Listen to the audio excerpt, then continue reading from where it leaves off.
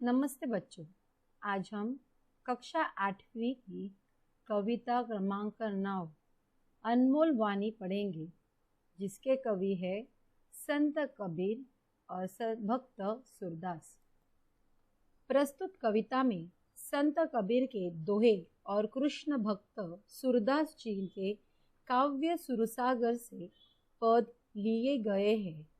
कबीर मनुष्य के सद्व्यवहार और सद्गुणों पर बल देते हैं, तो सूरदास जी ने कृष्ण की बाल सुलभ बातों जैसे दूध नहीं पीना, माता द्वारा चोटी बढ़ने का प्रलोभन देना, बालक का मनपसंद माखन रोटी न देने की शिकायत करना आदि का सुंदर वर्णन किया है।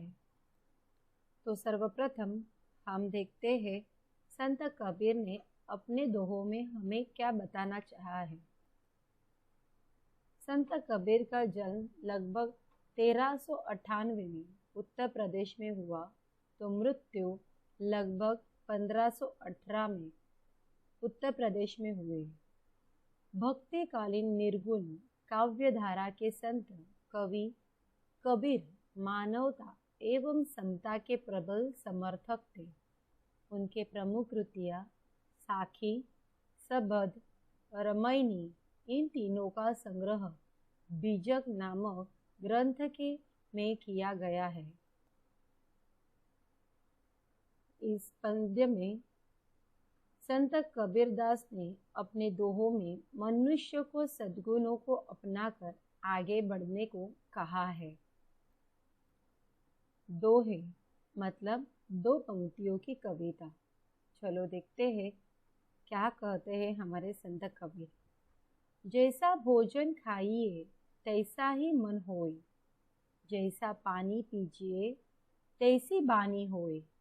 संत कबीर कहते हैं कि हम जैसा भोजन करेंगे तो वैसा ही हमारा मन होगा, जैसा हम पानी पिएंगे उसी प्रकार हमारी वाणी होगी, हमारी बोली होगी।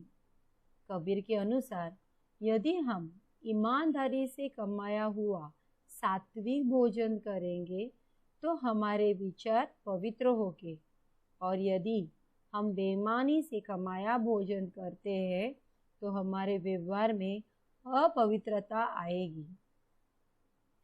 ऐसी बानी बोलिए मन का आपा खोए, औरन को शीतल करे आपो शीतल होए।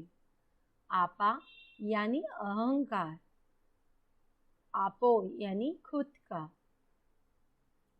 कबीर जी कहते हैं कि हमें अपने मन से अहंकार का त्याग करना चाहिए और मीठा बोलना चाहिए।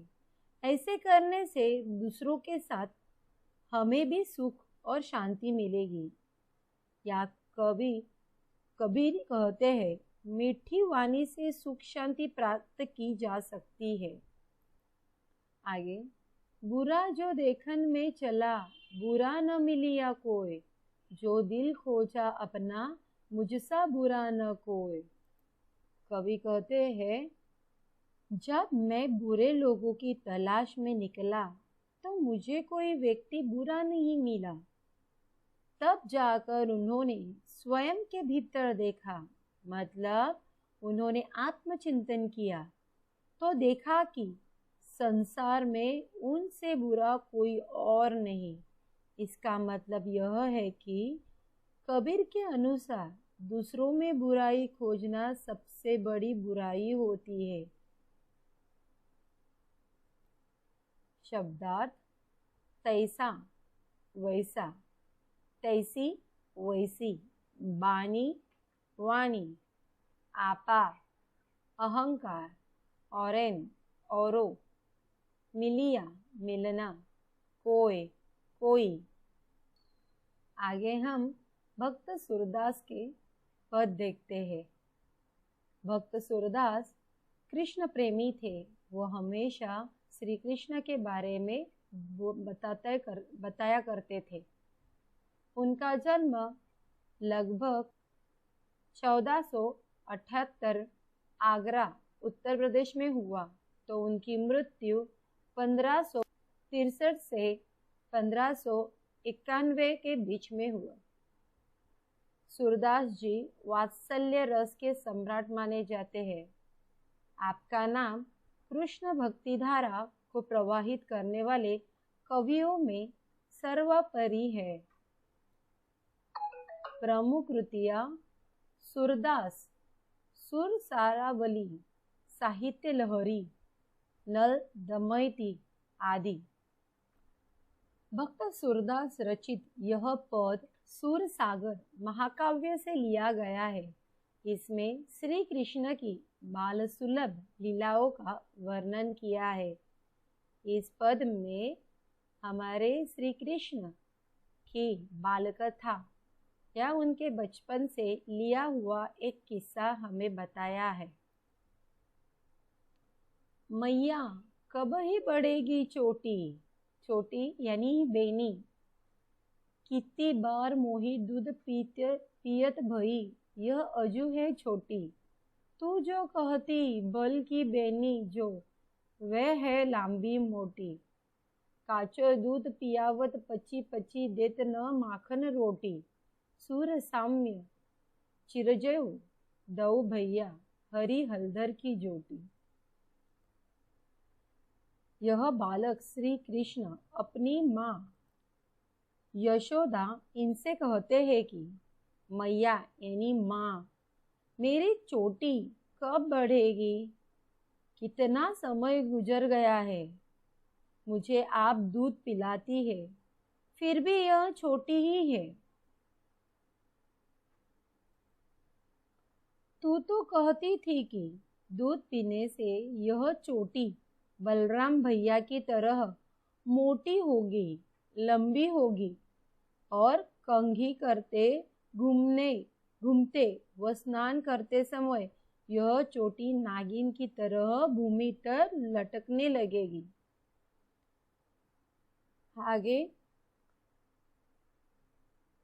श्री कृष्ण थोड़ा रूठकर कहते हैं कि ऐसी ही चोटी का मोह दिखाकर तू मुझे बार बार काचो यानी ही कच्चा दूध पिलाती है, और जो हमारे श्री कृष्ण का सबसे मनपसंद माखन रोटी माँ यशोदा नहीं देती। सूरदास जी कहते हैं, बालक श्री कृष्ण की लीलाओं पर मोहित होते हैं और कहते हैं कि दोनों भाई श्री कृष्ण और बलराम लंबी आयु के हो। सुरसाम्य चिरदाओ दो भैया, यही है कि दोनों भाई की जोड़ी हमेशा बनी रहे, वो हमेशा खुश रहे। यही हमारे इस पद का अर्थ है। कुछ शब्दार्थ। कबही मतलब कब, चोटी यानी वेनी, शिखा, अजहू अबही, बेनी, चोटी, वेनी, जव की तरह। धन्यवाद।